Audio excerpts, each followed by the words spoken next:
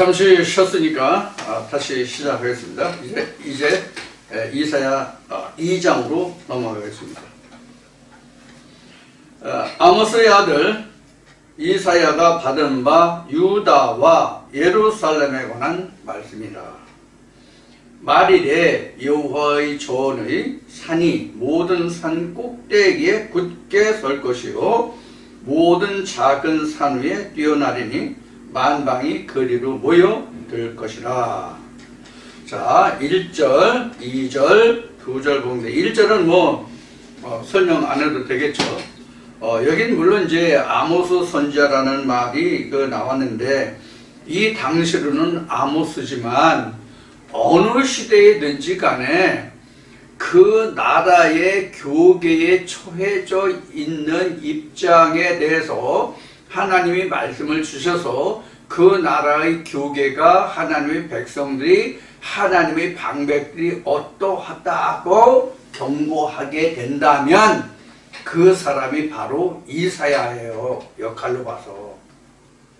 그러니까 이사야가 지금 구약 시대에 유다와 예루살렘에 대한 선지자로서 일을 했지만 지금 이 시대에도 그 각 나라의 교계에 처해진 입장을 하나님이 말씀을 주셔서 그 교회가 어떠하다. 너희가 이러한데 너희가 이렇게 해서 이래서 책망하고 너희가 이 책망을 받고 지켜 행하면 내가 너희들을 이렇게 구원해 주겠다라는 그런 선지자가 있다면 그 사람이 바로 이사야의 역할인 거예요.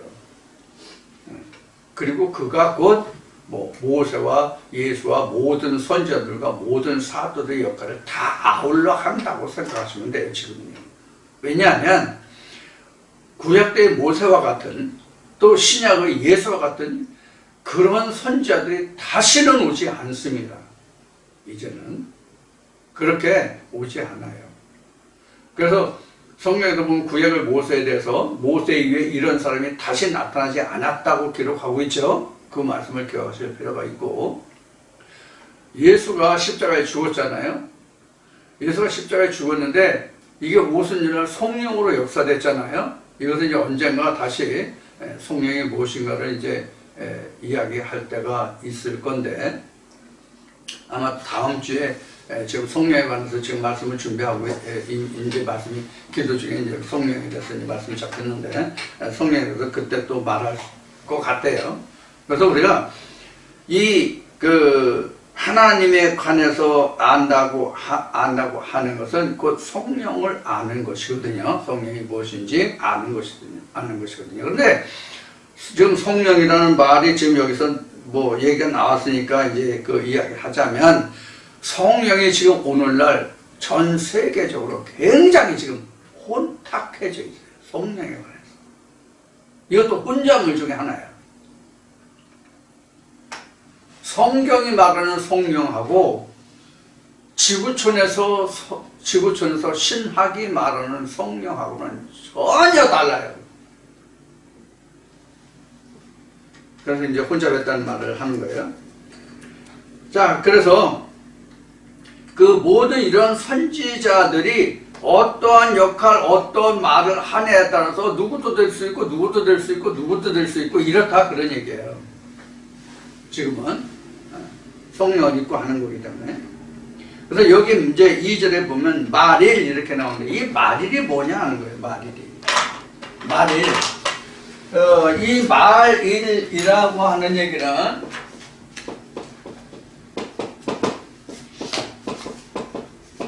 끝날이거든요. 그래서 우리는 이것을 말세라고도 얘기할 수 있어요. 이게 끝날인데, 우리가 이 끝날이라고 한다면은 이게 여러 가지로 볼 수 있거든요. 여기 이제 요단이잖아요. 요단강이에요. 요단강을 건너서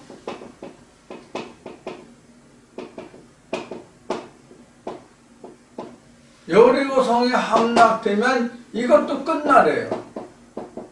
말일이에요. 이것도 말일이라고.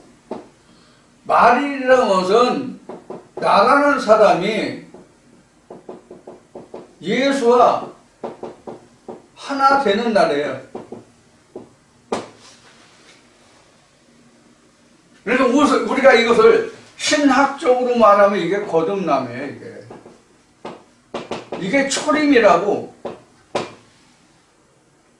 이게 초림이라고. 이게 여기 지금 말일이라고 되어 있는데 말일이 우리가 이 세상 끝나서 죽는 날이 말일이 아니야. 우리가 태어나서 죽는 날이 있잖아요. 태어나서 죽는 날이 우리는 말일이라고 할 수 있잖아요. 그 말일이 그런 내가 이 세상을 하직하는 성경으로 하면 장막 벗는 날이지, 장막 벗는 날을 말일이라고 하는 게 아니에요. 세상의 삶에서 내가 하나님의 삶으로 변화되는 시기. 그러니까 이거 말씀하면 끝나다. 이걸 그래서 이렇게 보면 이렇게 되죠.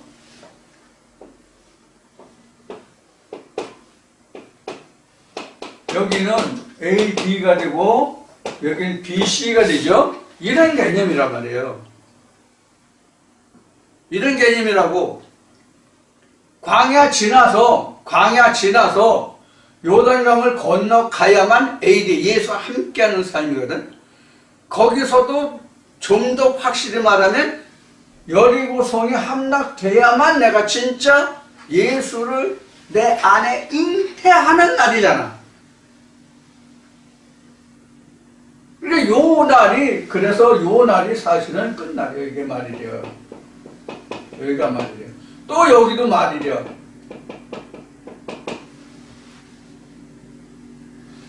여기는 지금 요단강을 건너서 여리고성이 때는 나 플러스 예수예요.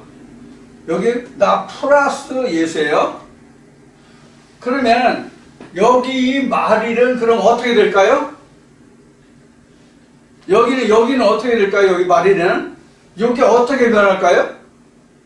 나 플러스 예수가 어떻게 변할까요?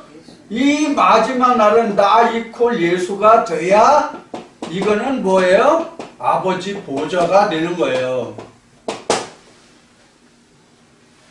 그래서 말일은 이런 의미로 볼 수 있어요. 자, 크게 나누면 이렇게 볼 수 있어요.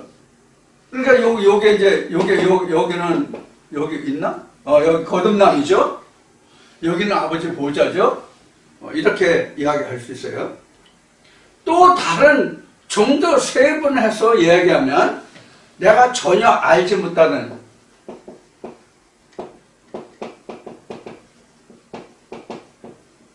깨닫지 못한 말씀 있잖아. 예를 들어서 지금 성령이라는 얘기를 좀 전에 했죠. 성령에 대해서 지금 물음표만 달고 성령 했는데 성령은 뭔지 모르겠어. 근데 어느 날 성령에서 깨달았어. 깨달음. 이것도 말이래요. 이것도 성령에 대한 말씀의 말이라고. 그래서 성령의 실체를 알았다는 뜻이란 말이에요. 그럼 여기서 성령과 내가 함께하는 거잖아. 지금 이렇게 되면 바로 거듭난 거라고요. 이렇게 해서 지금 말씀들이 계속 이렇게 해서 이 가나안 땅을 채워간다고. 이게 앞에서 이야기한 여기에 혼잣물이 있는 거잖아. 여기에 혼잣물이 있는 거잖아. 그래서 하나님의 온전한 생명의 말씀이 이렇게 들어오면 혼잣물이 빠져나가고 하나님의 말씀이 채워지는 거예요. 이게 에덴 동산의 본토 족속을 멸한다 이 뜻이란 말이에요. 각자의 마음에. 옛날 모세 때에는 실제 그 나라의 그 지경에 있는 사람들을 내가 쫓았지만, 교정을 해서 내가 쫓았지만, 지금 우리는 그런 가나안 땅의 성전을 짓는 게 아니라 그 땅을 정복하는 것이 아니라 각자 마음의 가나안을 정복해야 하는 거잖아요. 그래서 앞 시간에 1장에서 얘기했던 혼잣물을 먼저 제하는데, 혼잣물을 먼저 제하는 것이 아니라 사실은 하나님의 생명 말씀이 들어가야 혼잣물이 빠지고 하나님의 말씀이 자리 잡는 거예요. 이해하시겠어요?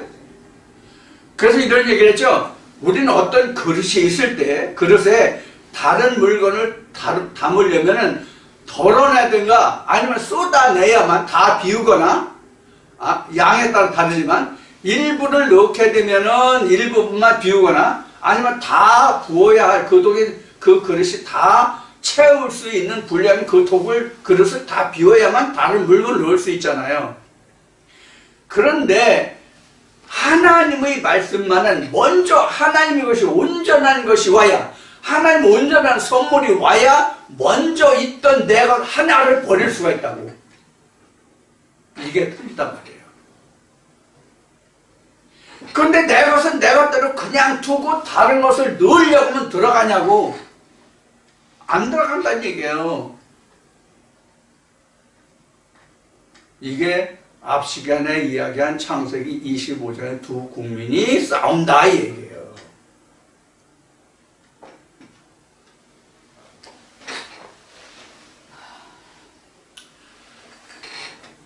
자, 그래서 마릴이라는 말씀을 드렸어요. 마릴에 여호와의 전의 산이, 여호와의 전의 산이 모든 산 꼭대기에, 여호와의 전의 산이 모든 산 꼭대기에 굳게 설 것이요 이렇게 됐잖아요. 지금 마릴을 어떻게 설명했죠? 마릴을 어떻게 설명했어요? 마릴이 뭐라고 설명했어요? 하나님의 말씀이 각자에게 세워지는 날이 마릴이야 이렇게 얘기했죠? 만약에 그렇지 않고 내가 죽은 다음에 하나님의 전이 모든 산 위에 바로 세워지면 뭐 할 거예요? 뭐에 써먹을 거냐고. 그거. 그 산이 세워지는지 안 세워지는지 내가 알 수도 없을 뿐만 아니라 내가 안다 할지라도 내 육신이 없는데 뭘 어떻게 해볼 거냐고. 네? 내 육신이 없는데 여호와의 전이 모든 작은 산 위에 세워진다 한들 내가 그 무엇을 해볼 수 있냐고. 아무 소용 없는 거잖아요. 그러니까 마릴의 뜻 잘 이해하시겠죠? 네. 그래서 모든 산 꼭대기에 굳게 설 것이라. 누가 굳게 서? 여호와의 전. 그러면 여기서 지금 산이라는 말이 나왔잖아요. 산이라는 말이 나왔는데 산이란 그래서 산이란 교회가 되는 거예요. 여호와의 전의 산이 이렇게 했으니까. 예? 그래서 성경에서 뭐 이 산을 들어서 뭐 저 산에 옮기라, 뭐 바다에 빠뜨리라 이런 말씀 나오시 보면서에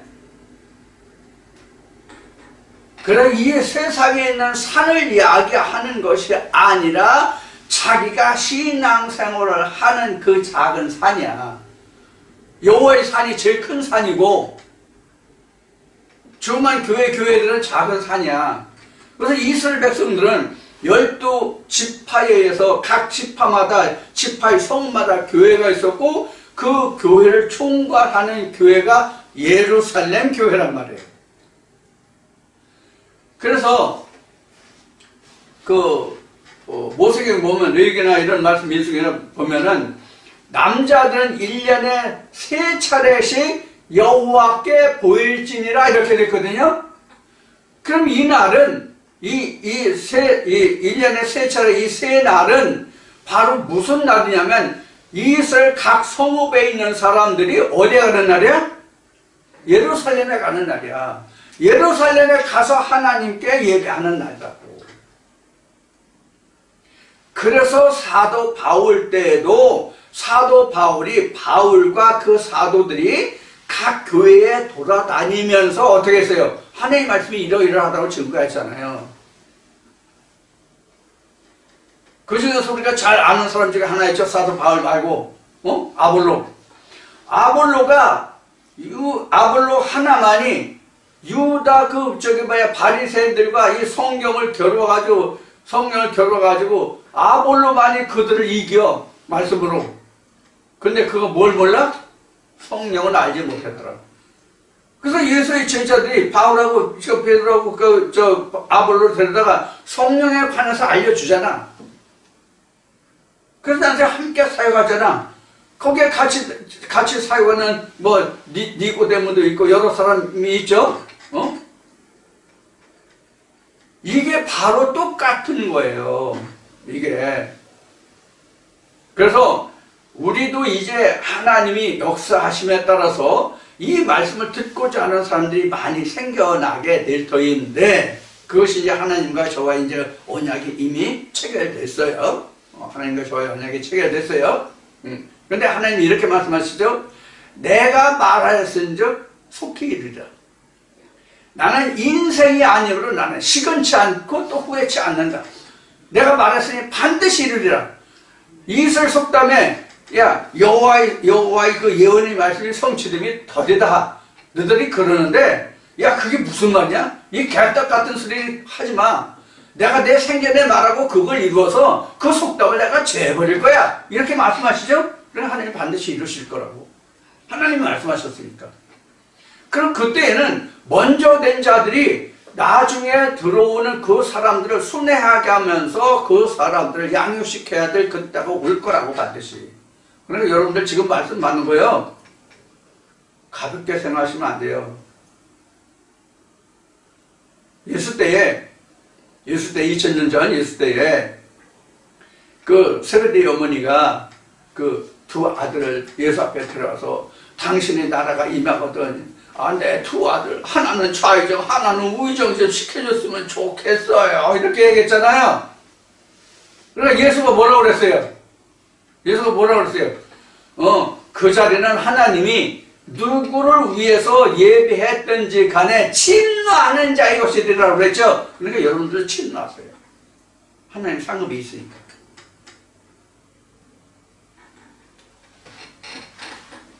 자, 그래서 지금 말이다 산이다 지금 두 단어를 놓은데 말이를 앞에 설명했고 산이라는 걸 그래서 그를 의미하는 거예요. 성경에서 산은 이 산을 옮겨서 바다에 던지우라.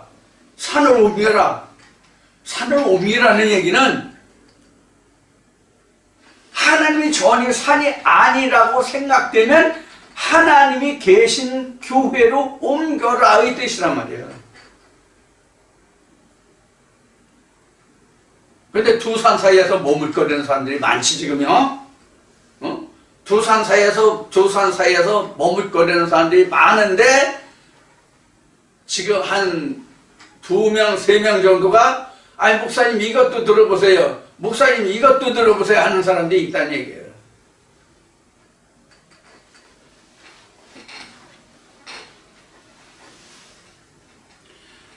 자, 그래서 여호와의 전의 산이 모든 작은 산 위에 굳게 서고 모든 작은 산 위에 뛰어나리니 만방이 그리로 모여들 것이라. 만방이, 여기 만방이 나왔는데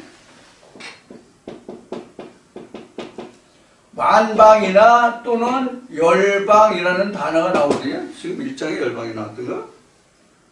1장에 열방 없었나?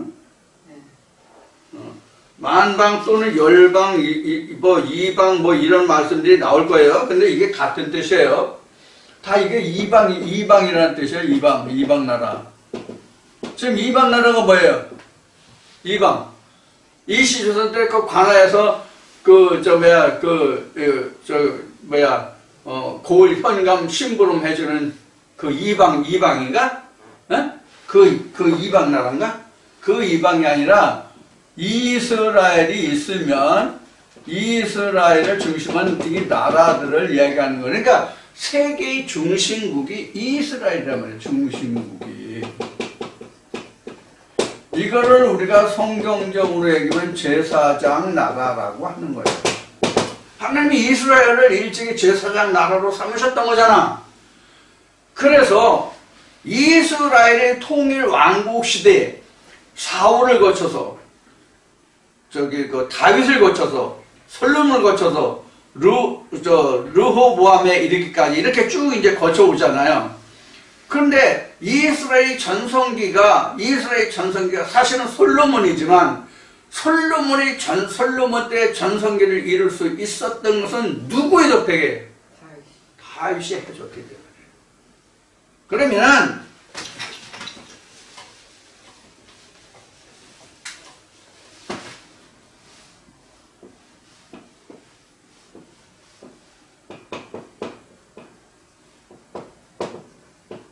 이게 이제 블로그에 있을 텐데 이래 된 거잖아요. 이래 된 거잖아요.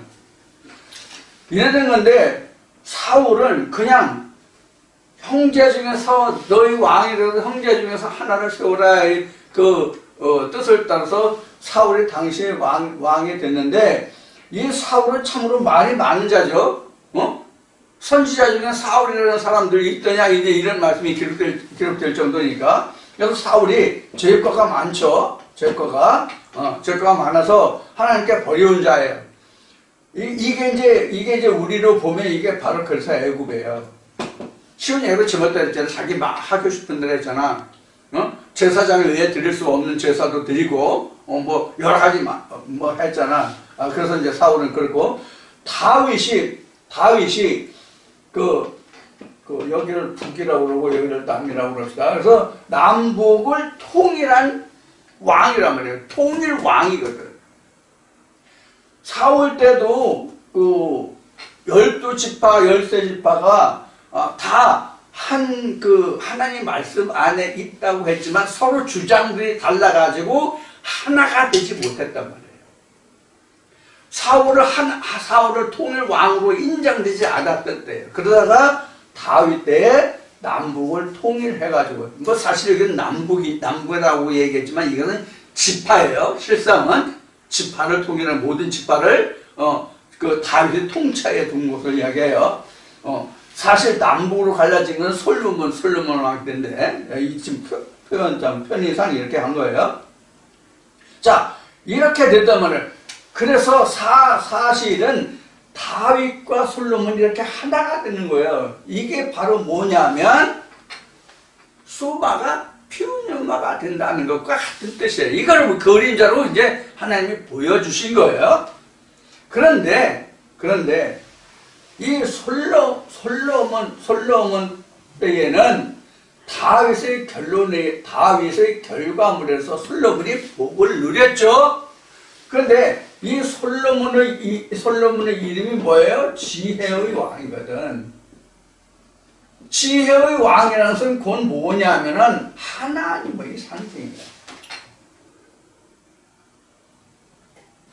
다윗은 육을 입은 자고 이 솔로몬은 하나님의 말씀의 상징이에요. 하나님의 지혜자여, 기묘자여, 모사여 이렇게 나오잖아요.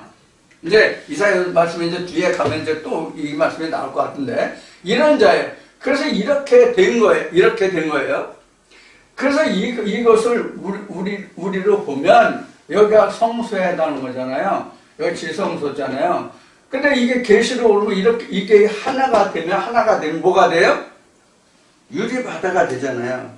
이게 바로 통일된 왕국이라고. 이것은 대가 이렇게 넘어갔지만 그러다가 나중에는 이것이 영광으로 다시 갈라지지 이제요. 이게 북이스라엘과 남유다로 나눠지죠. 그런 것을 여러분들께 이제 설명해 드리는 거예요. 바로 이런 과정이에요. 이런 과정. 근데 여기가 가장 높은 산이잖아. 여기 이스라엘 땅에 많은 교회들이 있을지도 이 예루살렘의 그 법궤에 의해서 이스라엘이 다스려지는 거잖아요. 이제 이런 하나님의 치리가 이루어질 때가 또 올 것이라고 저는 예측을 하고 있습니다. 그래서 지금 만방이라는 얘기 때문에 여기까지 나왔는데 만방이라는 얘기가 그래서 이 교회를 이게 이제 성막 또는 장막 이렇게 얘기하잖아요. 그럼 성막, 장막 밖에를 나가면 이스라엘 백성들이 무수히를 살잖아. 예? 이스라엘 백성들이 무수히 살잖아. 이것도 만방이에요. 왜 만방이냐? 이스라엘 백성들이 예를 들어서 그 20세 이상으로 출애굽할 때 60만 3,550명인가요? 그럼 여기에 가족이 한 가족에 20세 이상으로만 이런데 한 가족이 4명씩만이라고 한다면 이거 한 3배는 되겠죠. 그래? 요거 넷을 보면 그러면 한 200만 쪽 200만. 그러니까 200만이라는 사람들이 다 여기는 만방이고 열방이라고. 왜? 각자 생각과 마음이 다르잖아. 각자 생각과 마음이 다르잖아. 그래서 이것을 이스라엘 백성들로 놓고 보면 성전을 중심으로 이러한 형태로 보이는 거고, 또 이스라엘 나라는 하나님의 제사장 나라니까 이 제사장 나라 전체를 하나님의 다스리는 하나님의 나라로 본다면 하나님을 믿고 섬기지 않는 다른 주병국들이 또 열방이 되겠죠. 이렇게 이제 우리가 생각을 해볼 수 있고, 각자 나로 보면 아직 앞에는 여기 가나안 땅을 얘기했지만 사실은 하나님의 말씀이 내 땅을 침노하는 거잖아. 마태복음 11장에는 천국은 침노하는 자의 것이다 그랬죠. 이렇게 침노하는 것이라 아니라 사실은 하나님이 내 마음을 침내서 내 마음을 하나님 마음으로 변화시키는 거거든. 그러면 내 마음에 이렇게 하나님 말씀이 자리 잡는 거란 말이에요. 이렇게 해서 하나가 돼 가는 거거든.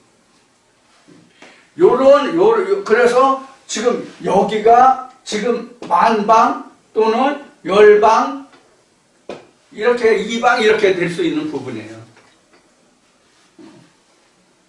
자, 여러 가지 경우를 다 말씀드렸어요. 상세하죠? 자세하죠? 자, 그래서 이렇게 설명드렸고 3절 보면 많은 백성이 가며 이르기를 오라 우리가 여호와의 산에 오르며 야곱의 하나님의 전에 이르자 그가 그 도로 우리에게 가르칠 것이라 우리가 그 길로 행하리라 하리니 이는 율법이 시온에서부터 나올 것이요 여호와의 말씀이 예루살렘에서부터 나올 것임이니라.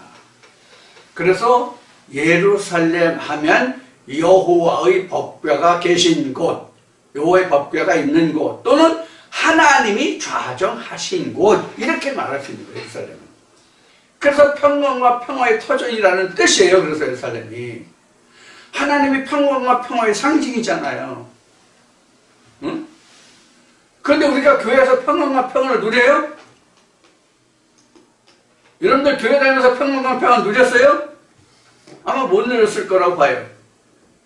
가족도 만나지 말라, 뭐 하지 말라, 무슨 일이 있어도 뭐 하지 말라, 누가 뭐라면 뭐 하지 말라, 뭐 하지 말라, 뭐 하지 말라, 뭐 하지 말라, 뭐 하지 말라, 뭐 하지 말라.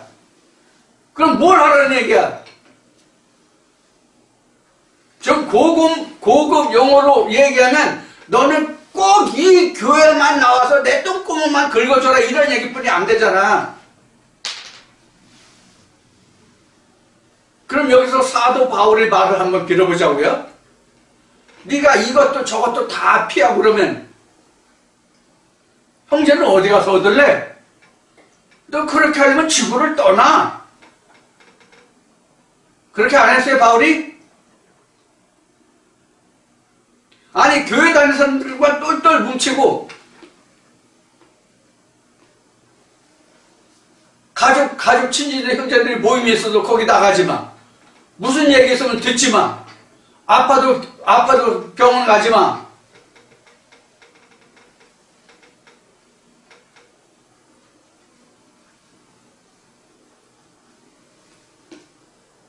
그럼 하나님이 다 고쳐주셨어?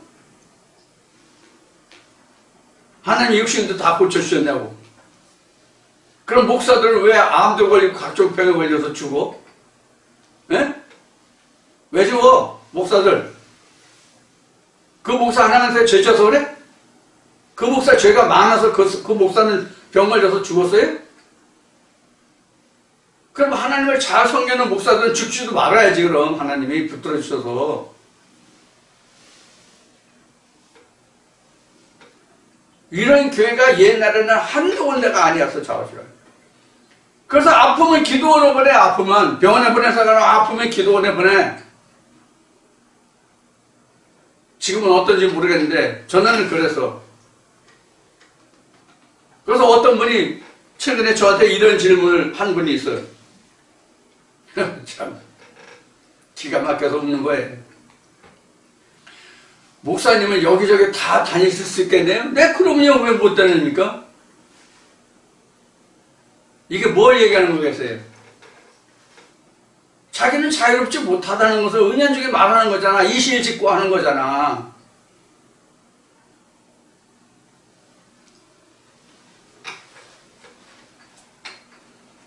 그런 사람은요, 마치 뭐냐, 마르다와 마리아의 오랍이 나사로 있었잖아요. 동인체로 무덤에 4일 동안 있었다고 돼 있죠?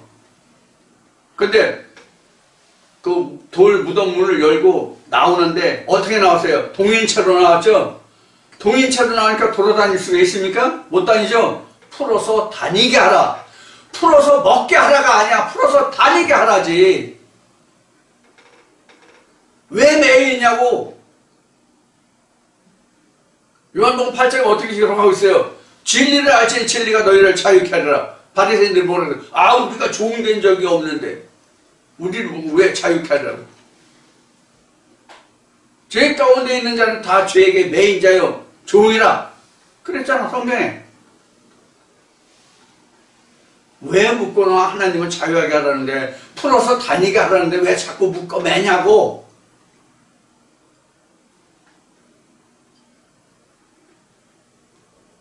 이 말씀을 듣는 주의 종들이 있으면 생각해 보세요. 나는 내 교회에 나오는 사람들을 그렇게 하지 않았는가?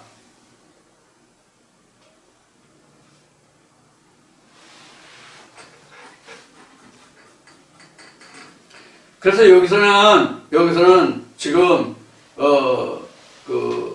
뭐라고 얘기하고 있어요? 지금 3절에요. 오라 우리가 여호와의 산에 오르며 야곱의 하나님의 전에 이르자.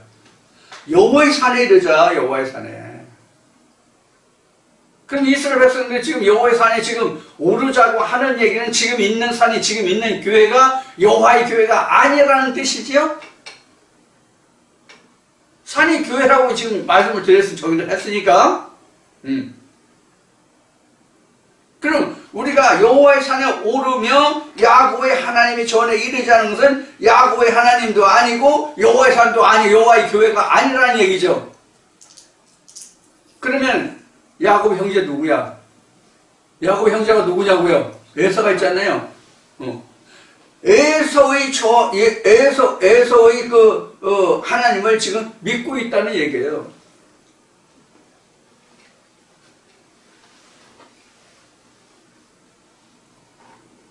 자, 그러면 여기서 야곱이 여기 기록이 돼서 이제 에서 이야기를 했는데, 에서와 야곱은 쌍태잖아요. 에서와 야곱은 쌍태잖아. 즉, 그걸 뭐라 쌍둥이란 말이야. 쌍둥이란 말이야. 우리는 성경에서 신학에서 지금까지 얘기를 진짜 에서와 야곱의 진짜 쌍태로만 알고 있어요. 생물학적인 쌍태로만 알고 있다고. 에서와 야곱의 예는, 이 쌍태라는 얘기는 세상과 하나님이 우리 속에 함께 있다는 예표라고, 증표로 너는 모든 인간은 이러하다라고 보여준 거라고. 예표로 가인과 아벨이 아브라함을 통해서 이스라엘 백성들에게 보여준 결과물이 에서와 야곱이란 말이에요. 우리로 말하면 혼과 영이라고. 혼이 가인이고 영은 아벨이고, 에서는 혼이고 야곱은 영이라고. 그렇게 따지면 신약에서 요한이 먼저 오고 예수가 늦게 왔잖아요. 그래서 세례 요한은 가인과 에서에 속하고 세례요한이 예수는 아벨과 야곱에 속하는 거예요. 예표가 실제로 나타난 역사라고. 그러나 에서의 하나님도 되는 거예요. 좀 더 거슬러 올라가서 아브라함으로 가면, 지금 가인을 얘기했고, 창세기 3장에 가인을 얘기했고, 좀 더 창세기 4장으로 좀 더 후죠. 좀 더 후인데 시간이 지나면 아브라함이 이제 에서와 야곱이 있지만 앞에 아브라함의 그 철을 두고 갈라디아서 4장에서 그 언급한 그 사라와 하갈 있잖아요. 사라와 하갈. 그래서 사라는 본초고 하갈은 후초로서 그 애굽 여인을 말하잖아요. 그 두 씨가 있는데 하나는 이스마엘이고 하나는 이삭이잖아요. 그래서 하나님이 이스마엘은 하나님의 유업을 받지 못할 자로, 이삭은 하나님의 약속을 받을 자로 나오잖아요, 성경에. 이것이 가인과 아벨, 모세와 예수 이런 차이예요. 그래서 성경에서 모세를 말할 때, 율법을 말할 때 율법으로는 의롭다함을 입을 육체가 없다는 말의 뜻이 바로 가인과 아벨, 에서와 야곱, 그 다음에 이스마엘과 이삭, 이렇게 구약과 신약, 진리와 율법의 관계예요. 그러니까 여기서 야곱의 그 하나님이라고 하는 것, 여기서 야곱의 하나님, 야곱의 전이라고 하는 것은 바로 진리의 전을 말하는 거예요.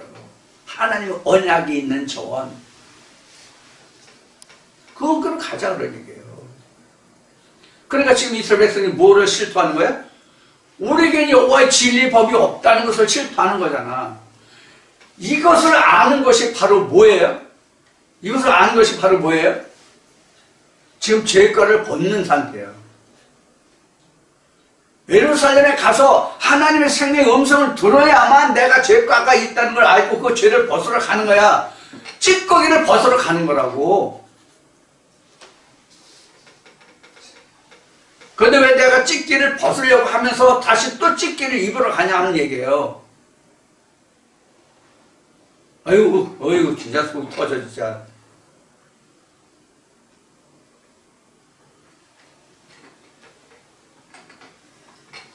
그래서 이해절 말씀에 우리가 그 길로 행하리라 하니, 즉 하나님의 전 야곱의 하나님의 말씀 그것을 그 길로 행하리라 하리니 율법이 시온에서부터 나올 것이요. 이게 율법이라는 것은 교훈이에요. 하나님이 교훈을 했다는 거예요.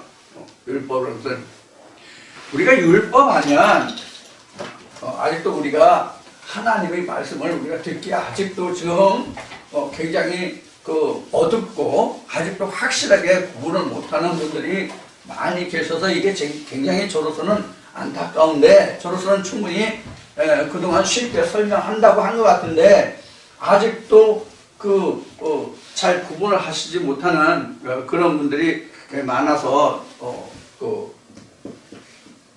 좀 마음이 그런데, 이 율법이라고 하는 것은, 율법을 하는 것은 쉽게 말할게요.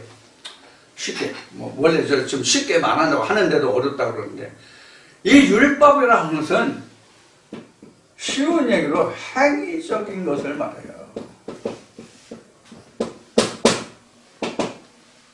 자, 행위적인 것과 그 다음에 마음의 것이 있는데, 이 행위적인 것은 율법이라고 그러고 마음의 것을, 이것을 믿음이라고 그래요.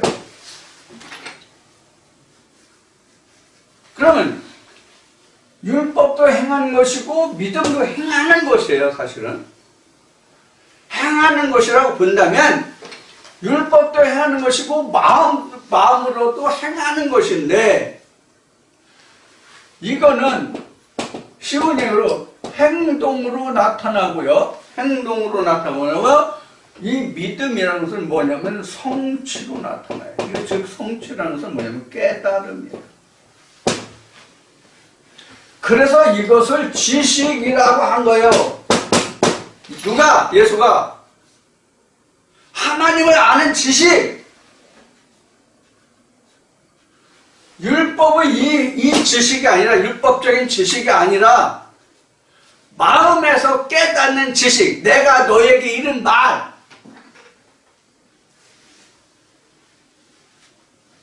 요한복음 6장에 나오잖아요. 요한복음 6장 23절에 내가 너에게 이른 말이 영이요 생명이다. 육은 무익하다. 육신으로 이게 행함이잖아요. 행함이 완성이 있어요? 행함이 성취가 있어요? 오늘 한 거 그걸로 성취가 되냐고. 그 다음날 또 해야 돼. 내가 죽을 때까지 해야 돼. 성취는. 행위는. 그렇다고 해서 행위가 끝나? 나로서는 끝나지. 예를 들어서 우리가 성경에서 얘기하는 가장 큰 것이 뭐예요? 사랑 누가 말했나? 남궁옥 분이 노래했죠? 사랑 누가 말했나? 사랑이라는 걸 놓고 얘기합시다. 사랑, 내가 죽을 때까지 사랑은 사랑이 완성돼? 육신적으로? 예? 안 된다고. 근데 믿음으로는 완성된다고. 믿음으로는 사랑이 완성된다고. 뭘로 완성돼요? 예수라는 실체로 완성이 된다고.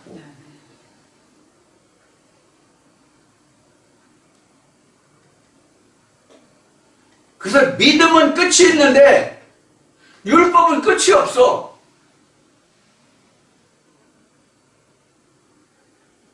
이게 다른 거란 말이에요. 이게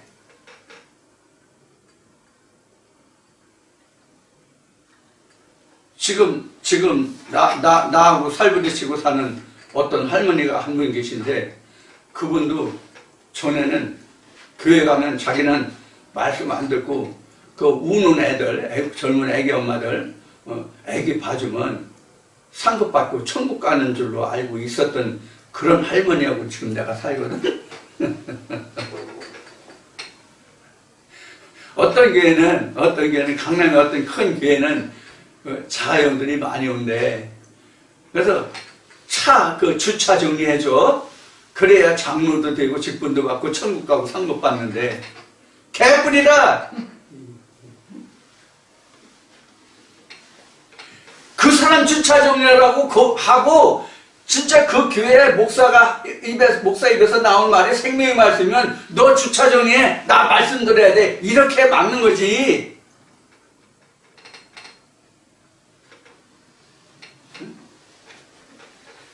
에휴, 답답해. 그래서 율법이란 이런 거예요. 그래서 율법은 그래서 표면적인 거예요. 율법은 표면적이다. 이렇게 하는 거예요. 표면적이다. 요거는 이면적이다. 이렇게 얘기해요. 이면적. 이 자가 너무 풀렸어가지고 아주 안 되네. 이면적이다. 이렇게 쓰잖아요. 이면적이다. 이건 속이라는 뜻이에요. 이건 글자가 그대로 그냥 껍데기라는 뜻이에요. 그래서 성경은 우리 영광의 교회 성목사도 그 얘기 잘했더만, 성경은 겉옷 속에 속옷이 있어요. 성경은 반드시 겉옷 속에 속옷이 있어요. 우리 여자들이 그 언더웨어라고 해야죠. 속옷이 굉장히 많잖아요. 여자들 속옷이 굉장히 많잖아요. 우리가 여자기 때문에 많은 속옷이 있어. 성경 모든 말씀이 우리에게 속옷이 돼. 이 속옷이 우리 사람들로 말하면 속옷을 먼저 입고 그 다음에 겉옷을 입고 외투를 입고 각종 장식을 하고 그러잖아. 근데 하나님 말씀은 반드시 겉옷을 입으면 속옷이 나중에 차츰차츰 입혀져. 겉옷을 통해서 속옷이 차츰차츰 입혀진다고. 우리 인생들은 속옷을 입고 뭐 또 보정옷, 뭐 엉빵, 앞방 뭐 이렇게 해서 그런 옷들을 먼저 보정옷을 입고 겉옷을 입잖아. 그래서 여자가 나올 때 나오고 들어갈 때 들어가고 그렇게 꾸미잖아. 근데 하나님의 말씀은 겉옷부터 입는다. 그 속옷을 나중에 입혀주셔 하나님이. 무슨 뜻인지 이해하시겠어요?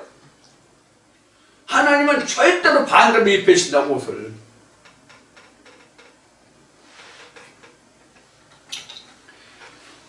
그래서 여기 보면 율법이 시온에서부터 나올 것이라는 것은 하나님의 가르치심이, 하나님의 법이, 하나님의 계명이 어디서 나온다?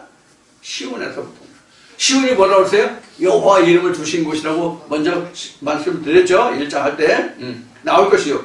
여호와의 말씀이 예루살렘에서도 나올 것이더라. 그렇지, 당연히 예루살렘. 하나님이 좌정하신 곳에서 하나님의 법이 나오지, 말씀이 나오지.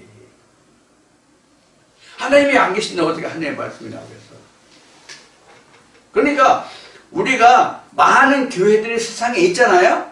많은 교회들이 세상에 있는데 그곳에서 과연 여호와의 율법이 나오는지 이걸 확인하고 그 성전에 들어가라고.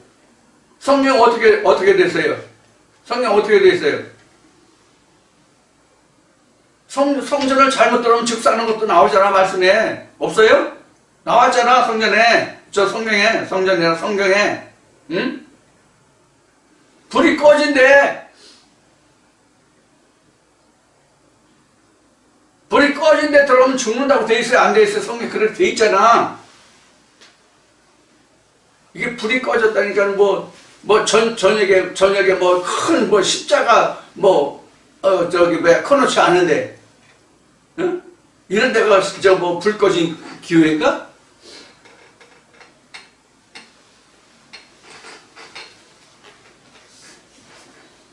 앞 시간에 혼잣말을 얘기할 때 창세기 1장 2절 루와 흐 얘기했는데, 창세기 그게 하나님의 빛, 하나님의 신이거든요. 그게 이제 피우누마 하나님의 영이에요. 하나님의 영이 없으면 불이 꺼진 교회라고. 근데 영이 있는지, 하나님의 영이 있는지 없는지 생각지 않고 들어가잖아. 생각한다 할지라도 자기가 그동안 신앙생활을 하면서 들어봤던 그 말씀의 기준으로 자기가 어느 곳으로 이사 가면 원래 다니던 교회 다니기 힘든 먼 거리로 이사할 경우에, 그런 경우에 여러 교회를 다녀봐 가지고 그동안 자기가 신앙생활을 했던 그 경험을 바탕으로 자기 수준에 맞는 교회를 선택해가. 이게 내가 서울에서 건물 목회를 할 때, 지금은 집에서 하지만 건물 목회를 할 때 겪은 바예요.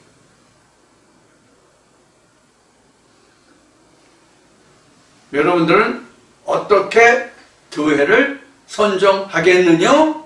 라고 물으면 어떻게 하실 겁니까? 불이 켜졌는지 꺼졌는지 반드시 확인하고 가십시오. 전기가 안 들어오는 산골, 산속 동네에 있으면 하다못해 촛불이라도 켜놨는지 확인하고 들어가세요. 꺼진 데 들어가면 죽습니다. 요새 양초가 흔해서 또 산골에도 전기가 들어와서 거의 다 불 켜져 있겠네. 그럼 아무 데나 가세요. 그렇게 얘기하면 맞나? 참. 자, 그 다음에 이제 4절입니다. 4절입니다. 그가 열방 사이에 판단하시며 많은 백성을 판결하시니 무리가 그 칼을 쳐서 보습을 만들고 그 창을 쳐서 낫을 만들 것이며 이 나라와 저 나라가 다시는 칼을 들고 서로 치지 아니하며 다시는 전쟁을 연습지 아니하리라. 그러면 이스라엘은 그동안 전쟁만 한 명이다. 어? 이스라엘은 그동안 전쟁만 한 명이야. 그럼 앞으로 전쟁 안 일어날 명이네. 어? 전쟁 안 일어나면 보습을 만들고 뭘 낫을 만들고 했다는데, 보습을 만들었으면 땅을 가려고 그럴 거고, 낫을 만들었으면 뭘 배려 갔을 건데, 추수를 얘기하는 건데. 네? 봅시다. 다시 보자. 창을 쳐서 낫을 만들 것이며, 그 칼을 쳐서 보습을 만들고, 창을 쳐서 낫을 만들고, 전부 창이네? 창이나 칼이네? 창이나 칼은 전쟁 도구잖아. 그런데 보습과 낫은 뭐예요? 농사 도구잖아. 농사 지러 갑시다. 이거 서울에서 도심지에서도 이 말씀을 들으시는 분들 전기 보수하고 다 사가지고 저희 집으로 오세요. 땅 농사 지을 거 있는데, 예? 땅 갈고 풀이라도 베게. 그런 얘기 같은데, 내가 보기에는. 이게 바로 뭐냐면, 앞 시간에도 말씀을 드렸듯이, 우리는 맨날 외부적으로 다가오는, 외적으로 다가오는, 예를 들어 신천지라든가, JMS라든가, 이런 2단이니 3단이니 4단이니 5단이 이런 사람들 많이 여기에 쓰는 게 바로 뭐예요? 천과 칼이요.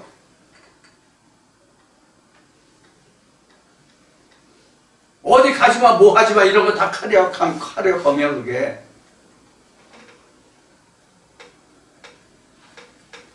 근데 하나님의 말씀에 들어오면, 하나님의 말씀에 들어와서 진짜 참 하나님을 만나게 되면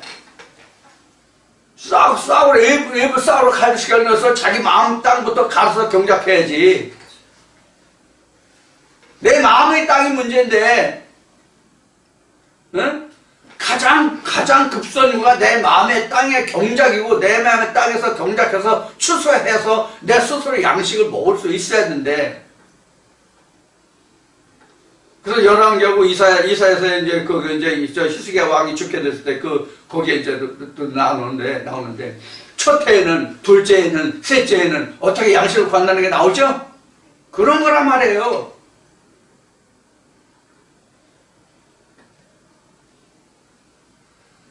그래서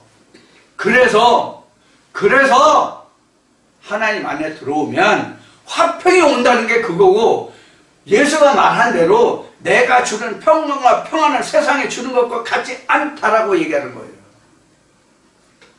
내 마음속에서 우러나는 평강과 평안보다 큰 게 어디 있어? 다른 사람이 야고보서에 있는 말씀과 같이 다른 사람이 평안하라 안전하라 그러면은 그냥 평안하고 안전해요? 내가 우리 그 말씀을 듣는 분들 중에 어렵고 힘든 분들이 많아가지고 참 눈물도 나고 마음 아픈 데가 참 많은데, 그런 사람들을 위해서 내가 기도하고 그 사람들을 위해서 위로하고 하면, 내가 그 사람을 기도한다고 해서 그 사람을 위로한다고 해서 그 사람이 진짜 평강하고 편히 오겠냐고. 자기 마음속에서 그 모든 것이 해결해야만 결코 비로소 그때야 자기 마음에 평강하고 편히 오잖아. 그런 거란 말이에요.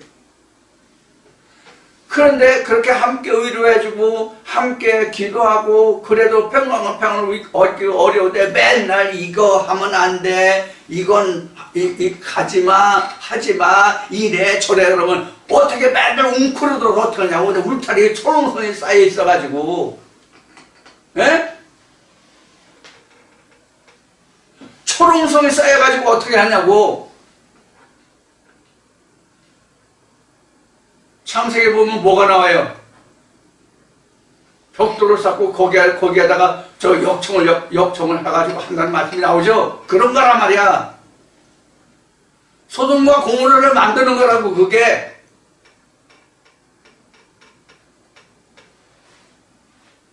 그러고도 평안하라, 안전하라 그러면 평안하고 안전할 수 있냔 말이에요. 하나님의 말씀이 각자 그 마음의 강팍한 땅을 갈아엎어서 부드러운 땅으로 해서 거기서 경작하고 거기서 가꿔서 먹을 수 있도록 만들어줘야 된다.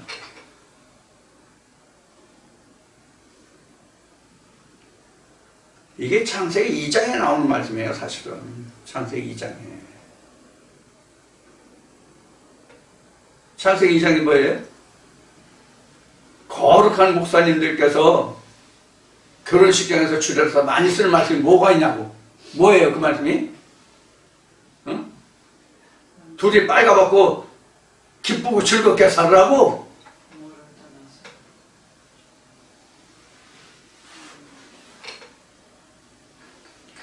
이렇게 말씀으로 장성해서, 말씀으로 양육해서, 말씀으로 장성해서 그들도 나가서 스스로 자기 양을 칠 수 있게 만들어줘야지. 그걸 우리 충청도 말로는 재금 낸다고 그래서 재금 낸다고. 자식들은 언제까지 부모가 그 자식들 죽을 때까지 케어해 줄 수 있어요?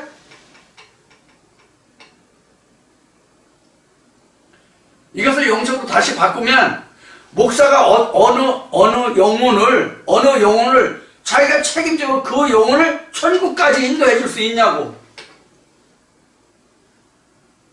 근데 지금 대부분 교회 목사들이 어떻게 얘기해? 자기가 다 천국 보내줄 거로 얘기하고 자기 교회 나온 사람은 다 천국 이미 다 천국 됐다고 얘기하잖아. 이런 개뿔 같은 얘기를 왜 하냐고. 알지 못하면서.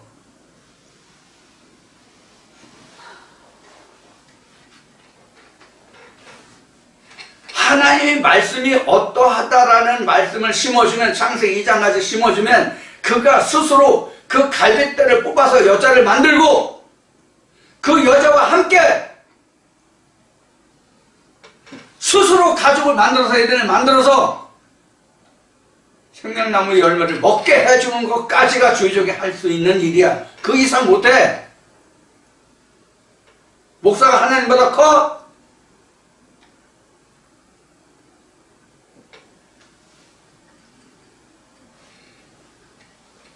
그리고 자기 교회 떠나면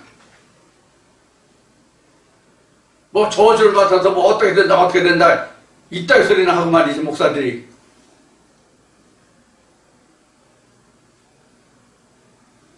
정말로 하나님을 두려워하고 하나님의 말씀을 대언하는 종이면 그 영혼들이 자기에게서 떠났으면 내게 잘못은 없는지, 아니면 그 영혼들이 떠났을지라도 그 영혼이 어디 가든지 간에 하나님을 잘 섬기고 믿어서 그들이 구원을 얻도록 기도해 줘야지. 왜 저주해?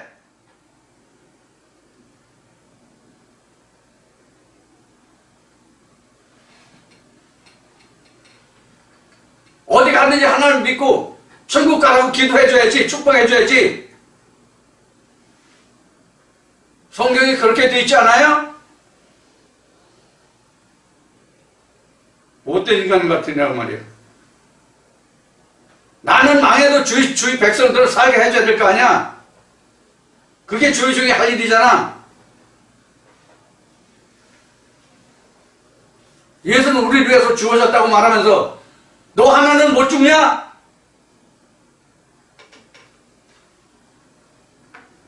개 같은 목사들이지. 그러니까 오죽하면 하나님의 개 같은 목자들이라 했을까?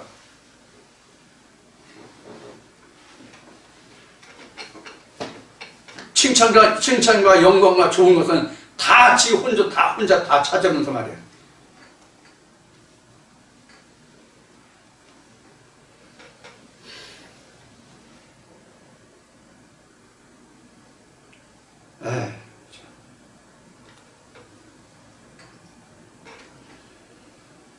그래서 우리는 전쟁을 하되 내 마음속에 있는 1장에 있는 말씀으로 다시 앞 시간에 한 말씀으로 내 속에 그동안 그 하나님의 말씀이 아니었던 많은 교회들과 그 내가 들었던 지식들 있잖아요. 이거 다 혼잣말이거든요. 그 혼잣말들을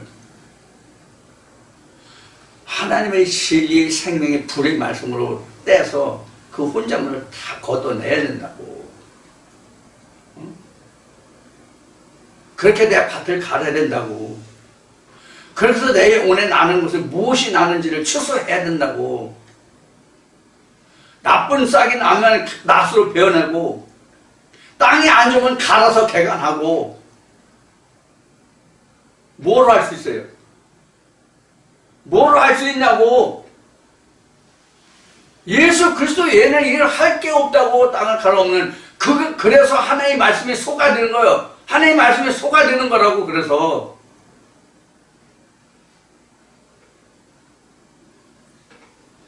하나님의 말씀이 속아져서 갈아엎어야지. 두루 파고 거름 주고 매야지.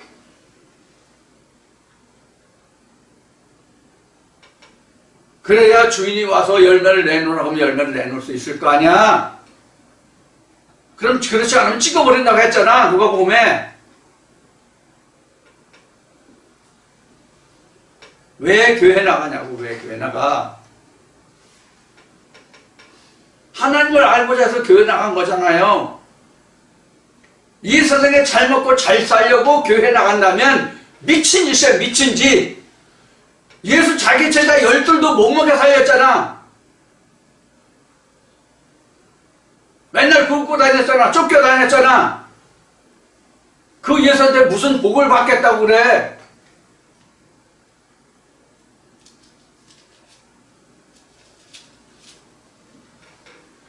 이게 성경에 기록된 맥락들이잖아요. 지금 말씀드린 내용들이.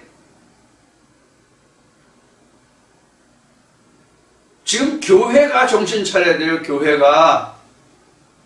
대한민국 교회만 그런 것이 아니라 지구촌 온 교회가 썩어도 보통 썩은 게 아니라고.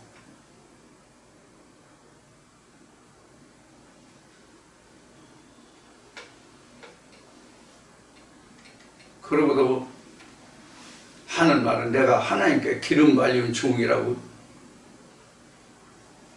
어떤 기름 발랐는데? 어떤 기름?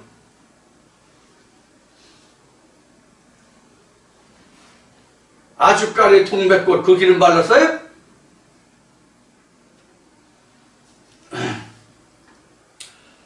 자, 이제 이사야서 이제 그 2장 지금 4절까지를 말씀을 드렸는데 2장은 짧지만 그 뒤에 또 이제 그 5절부터 나오는 말씀들도 그 브레셋에 관해서 어떠한지를 말하고 이스라엘 백성들이 어떻게 브레셋과 연관된 말씀이 기록되고 이러한 사람들이 10절 이후에서는 어떻게 해서 이런 그 하나님의 진노를 피하라고 하는 말씀들도 나오고 이렇게 해서 이제 그 징계와 권면과 그 다음에 그 하나님이 구원하신 그 사랑이 계속 이어져서 나옵니다.